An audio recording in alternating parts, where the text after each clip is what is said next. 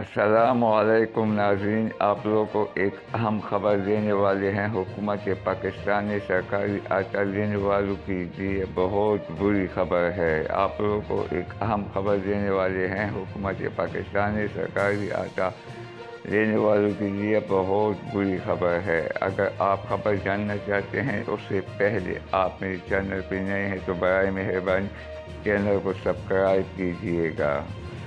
تو ناظرین، خبر یہ ہے کہ حکومت پاکستان نے سرکاری آٹا بند کرنے کا سوچ لیا ہے کہ عید سے پہلے اس آٹے کو بند کر دیا جائے، جو کہ بہت ہی بری خبر ہے غریب لوگوں کے لیے، غریب طبقہ لوگوں کے لیے۔